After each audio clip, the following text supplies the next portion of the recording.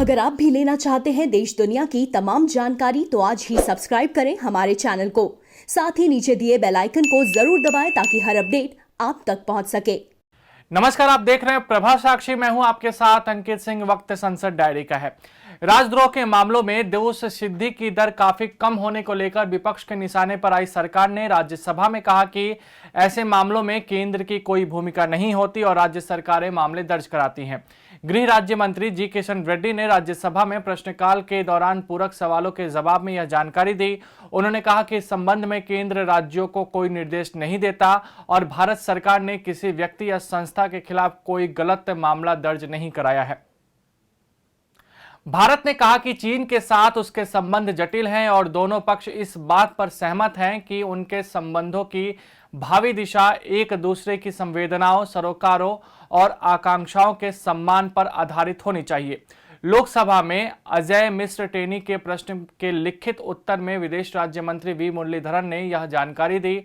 मुरलीधरन ने कहा कि जहां तक सीमा विवाद का प्रश्न है, दोनों पक्षों का मानना है कि इस विषय पर अंतिम समाधान होने तक द्विपक्षीय संबंधों के समग्र विकास के लिए सीमावर्ती क्षेत्रों में शांति और अमन बनाए रखना अनिवार्य आधार है। विदेश राज्य मंत्री ने कहा कि दोनों पक्षों ने अपने मतभेदों को दूर करने के लिए किसी भी मुद्दे पर मतभेदों को विवाद नहीं बनने देने पर सहमति व्यक्त की है।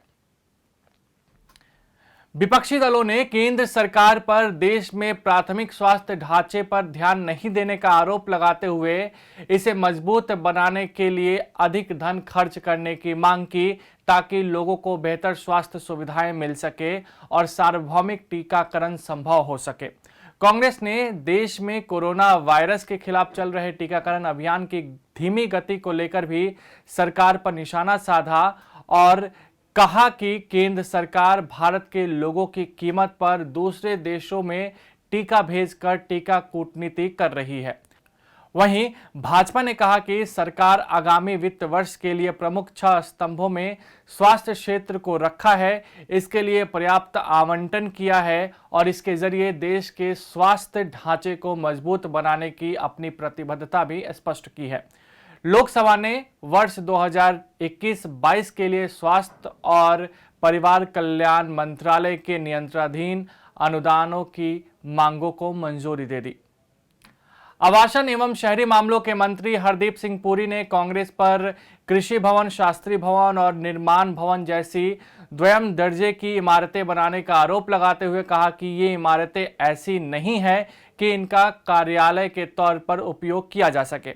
राज्यसभा में शून्यकाल के दौरान कांग्रेस की अमी याज्ञिक के प्रश्न के उत्तर में मंत्री ने कहा कि अगर कृषि भवन, शास्त्री भवन, निर्माण भवन जैसी इमारतों को गिराया जाएगा तो इसके लिए आप जिम्मेदार होंगे क्योंकि इनका निर्माण आपने किया है और ये द्वयम दर्जों की इमारतें हैं।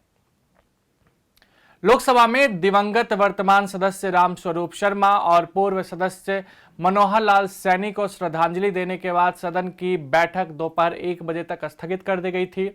राज्यसभा में कुछ सदस्यों ने डिजिटल लेन देन, एटीएम से धन निकासी आदि में उपभोक्ताओं के साथ होने वाली धोखाधड़ी और बैंकिंग सुविधाओं के मुद्दे को उठाया और सरकार से आवश्यक कार्रवाई करने की मांग की। पेट्रोलियम एवं प्राकृतिक गैस मंत्री धर्मेंद्र प्रधान ने राज्यसभा में कहा कि भारत ने 2025 तक पेट्रोल में 20% एथेनॉल मिलाने का लक्ष्य रखा है। विदेश मंत्री एस जयशंकर ने कहा कि कोविड-19 महामारी जैसी वैश्विक चुनौती के दौर में भी प्रधानमंत्री नरेंद्र मोदी गहरी मित्रता को लेकर जो कदम उठाए उससे भारत का विश्व में कद ऊंचा हुआ है और देश के प्रति सद्भाव की भावना निर्मित हुई है। केंद्र ने राज्यसभा में कहा कि अनुसूचित जाति के मेधावी विद्यार्थियों को बेहतरीन स्कूलों में उत्कृष्ट शिक्षा मुहैया कराने के लिए श्रेष्ठ नामक योजना शुरू कर रही है, जिसके तहत पढ़ाई का खर्च सरकार द्वारा वहन किया जाएगा।